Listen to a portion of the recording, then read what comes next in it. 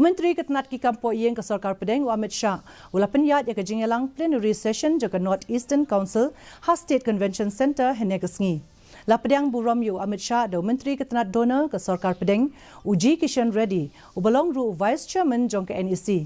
Baru aki Myntri rang ba jong ki jela ka than chate lamingi kilayshim bentalang ringkat bat kilat jong ki jela bat ki Chief Secretary jong ki jela ba pher ka than chate lamingi.